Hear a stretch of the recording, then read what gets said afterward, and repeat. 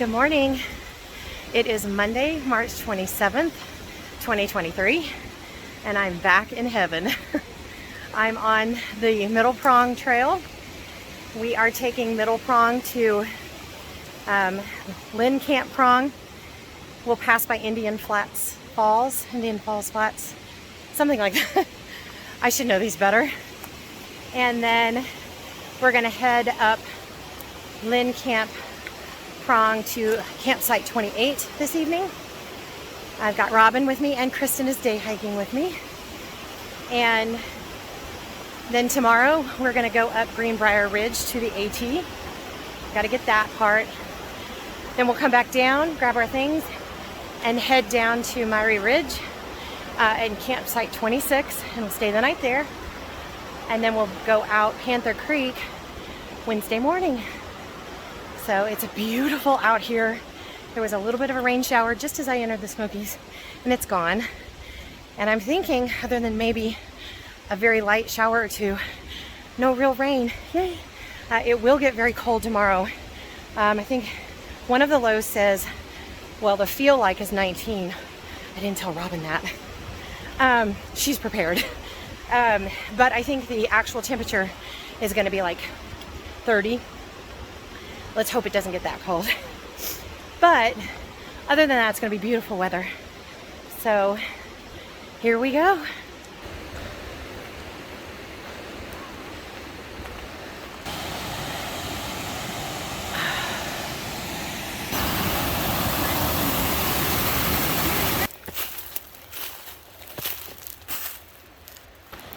We have made it to the junction of Panther Creek and Middle Prong.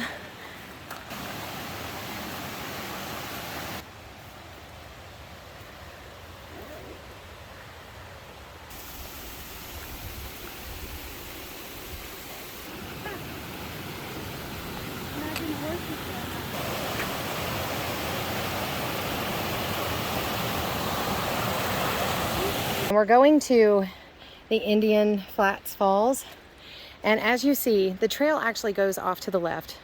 It's a little switchback, but if you go to the right here, right at this rock wall, this should take us back to Indian Falls. I've never been here before, but it's right where on the map it shows. So we'll head down here and show you in just a moment.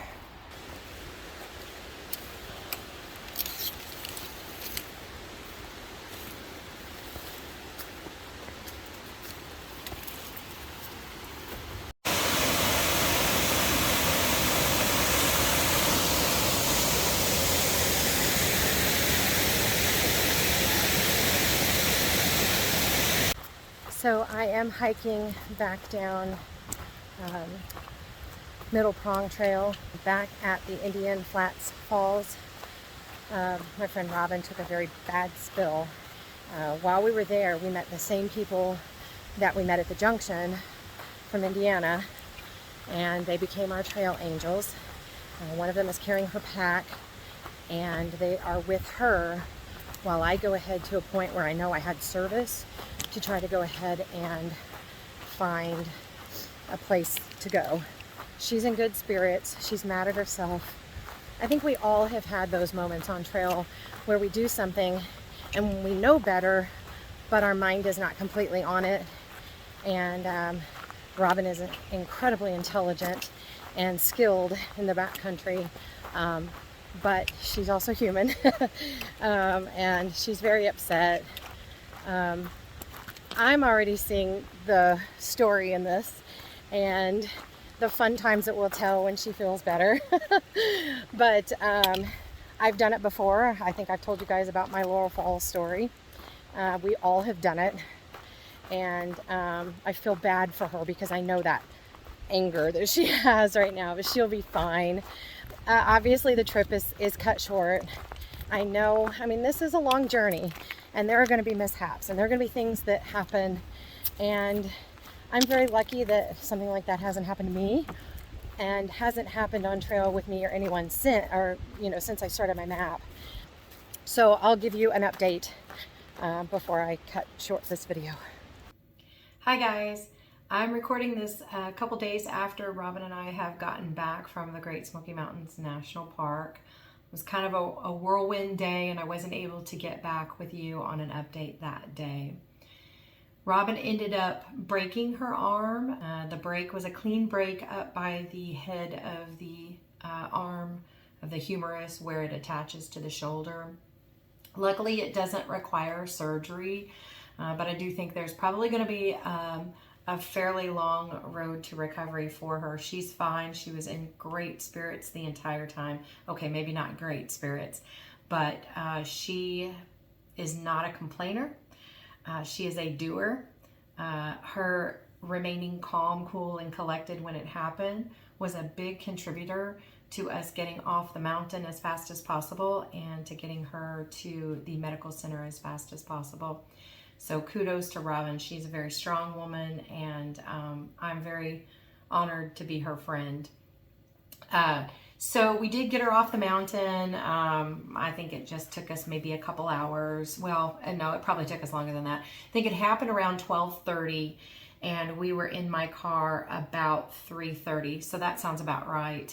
And then we headed to... was texting a friend who lives nearby, and she was trying to give me suggestions and gave me good places to start from. So as soon as I got cell service, I started calling around, and the consensus was I needed to take her to LeConte Medical Center, which is in Sevierville, which is right next to Pigeon Forge.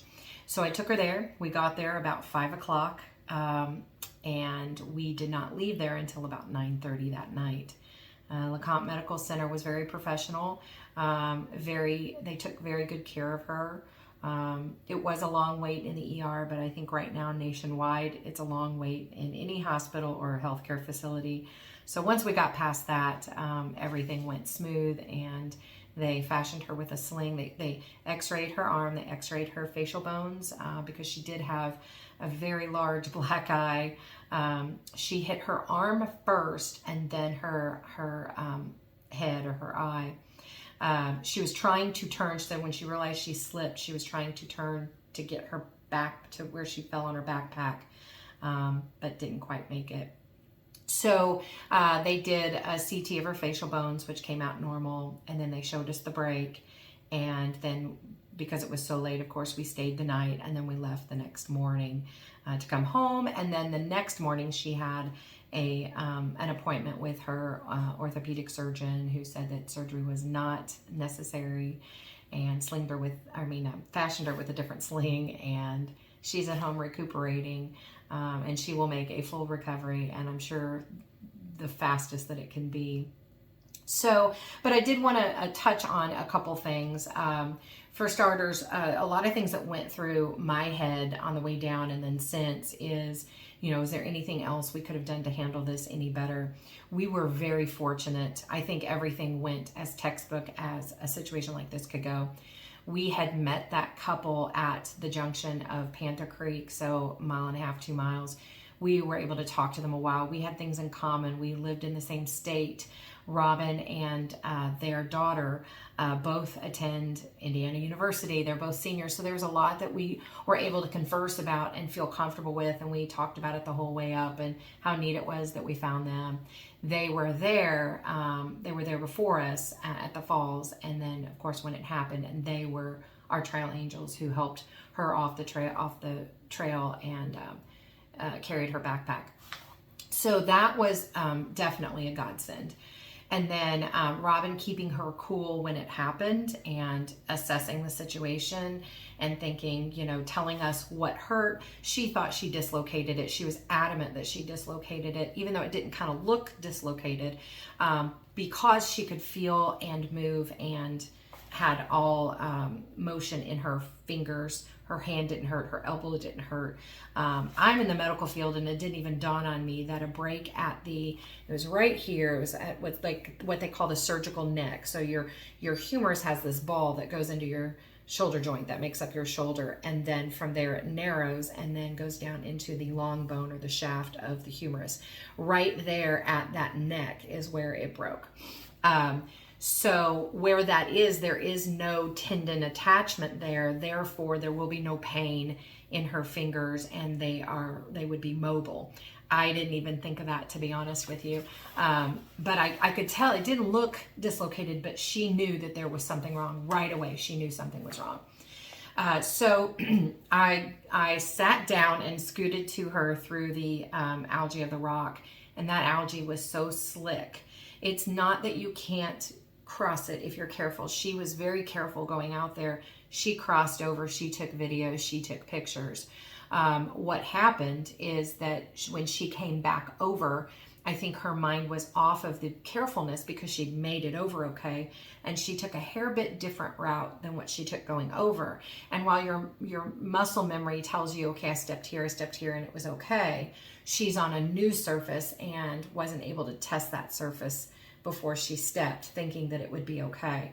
So it's a mistake that we all make while we're hiking. You know, we could step on a slick rock after 50 rocks that we stepped on that wasn't slick and think that we're okay. So that was the extent of the mistake that she made. But when I hadn't crossed, I was taking off my backpack. We were going to have lunch. So I sat right where I was and scooted out to her. We were able to get her backpack off and get her sitting upright so that she could tell us where the pain was. We could assess her physically or visually. And then we got to thinking what we were going to do about her arm. And we both carry fanny packs. This is, I mean, it doesn't matter what brand. Mine is the Z-Packs. It has large space in here to hold things, and then even a back panel. That's usually where I put my permit. And I know fanny packs are granny packs or whatever you want to call them. And some people carry them in the backpacking community and some people don't. I carry them, and I think Robin carries them because the backpacks pockets that are on the hip belts, they're not huge. And they're kind of hard to get to. So I put like my gloves, I put my my headlamp, I put my earbuds, those kind of things in there where I might need them at some point. But in my fanny pack, I put snacks, I put chapstick, I put a knife, I put hand sanitizer, my phone if it fits, anything that I will need multiple times throughout the day is just right there. It's so easy to grab. In this case, that fanny pack became her sling, and that was a godsend because it helped her get off of the mountain with support or somewhat support of her arm to where not that she could move fast, but that she could move at a good clip, the fastest clip that she could move to get her out safely without having to hold her arm, being able to still use one of her trekking poles. It just facilitated her, not rescue, but her getting out to safety faster. So this is now a part, well, it's always been on me, but it is a part of my essentials in hiking, day hiking, backpacking, it doesn't matter. It has so many useful benefits. And then it also has the benefit of helping you if you were to fall and hurt your arm, your shoulder, that kind of thing. That being said, we got her off the mountain, got her to safety. And the message that I want to put out there to you is to not let things scare you or bother you so much that you don't hike or that you don't do things. And also that just because you think in your mind, I'm going to be careful, doesn't mean that something's not going to happen. So always have a plan. I felt like, I had plans. I have general plans in my mind all the time. My mind doesn't stop. I'm planning from A to Z.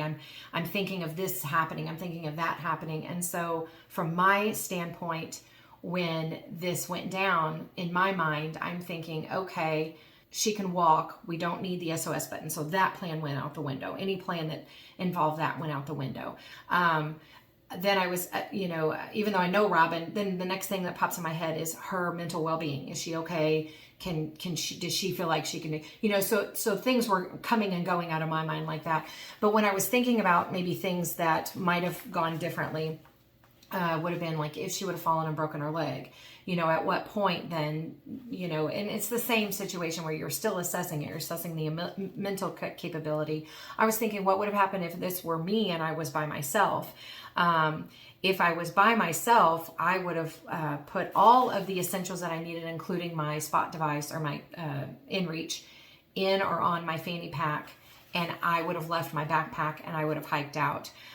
Which brings me to a thought. I usually have my water bottle here, and I have some kind of a system that is attached to my backpack. When I go on day packs, I have this little clip. It's called an aqua clip. There we go. And it's plastic, and the water bottle goes here and this goes in here. Well, I have carried this before when I have hung my pack on bear cables, and then taken my fanny pack with all of my essentials on a spur trail. Well, from now on, this is going to continue to go with me on any trip, and it'll just sit right in my fanny pack. And that is so that if I do have to help myself out and I have everything on my fanny pack, I can also have my water on my fanny pack. Other than that, all of my essentials will fit in there. We were very fortunate that it was only 4.5 miles in, which sounds like a lot for someone with a broken arm, but it wasn't. And it was fairly flat. We did have a lot of blowdowns that she had to maneuver, but she was able to. So if I were by myself, that's what I would have done. If it were just the two of us and not our trail angels, I may have tried to put her pack. We both were packed fairly light this time, and I may have tried to put her backpack on my front and my backpack on the back. Or if I couldn't have done that, what I would have done is, as soon as I got signal, because the most important thing is getting her to medical care. As soon as I got signal, I would have called the backcountry office, and I would have let them know that we had left her pack there, and have them get it and then facilitate getting it from them. Or, you know, once I had her taken care of, I could have hiked back up before we had driven home. But all of these thoughts have been in my head at various times while hiking. And I think that that's one of the reasons why both of us kept our cool, because we both kept our cool. So it helped, you know, if I would have freaked out, that would have meant she could have freaked out. And so we both kept our cool. We allowed those plans to come in and out and assess the situation as we went on. And I think that's the most important thing, going into the backcountry, knowing that, number one, accidents can happen and you can be debilitated to a point. And number two, what are you going to do about it? But not just what are you going to do about it. Don't have one plan. Have the variety of ideas in your mind about how you're going to get yourself out to safety. But everything worked out as good as it could have worked out. Robin is still in great spirits. We're texting back and forth. Jokes already. I mean, that's my personality when bad things happen. She's doing well. She can't drive for a couple weeks, which is probably the hardest, because Robin is a very independent person. Obviously, we both are. And so by the time this comes out, she'll be well on the road to recovery and driving, but I'm keeping her in my thoughts and prayers for that, because if I was told I couldn't drive because of this, that probably would be when I'd start crying. So anyway, I just wanted to give you guys the update. Sorry this went long, but I thought it was very important to share this with you. And if you guys want me to do any videos about safety in the backcountry in this aspect, I don't know. I think a lot of my followers are people who do the 900 miler or are very experienced. So I probably can't give anything else to you, but if there's anything that you want me to touch on in a separate video, let me know and I will do my best to do that. So anyway, thank you for watching. I hope maybe not that you enjoyed this one, but that you were able to get some good information out of this one, and see you next time.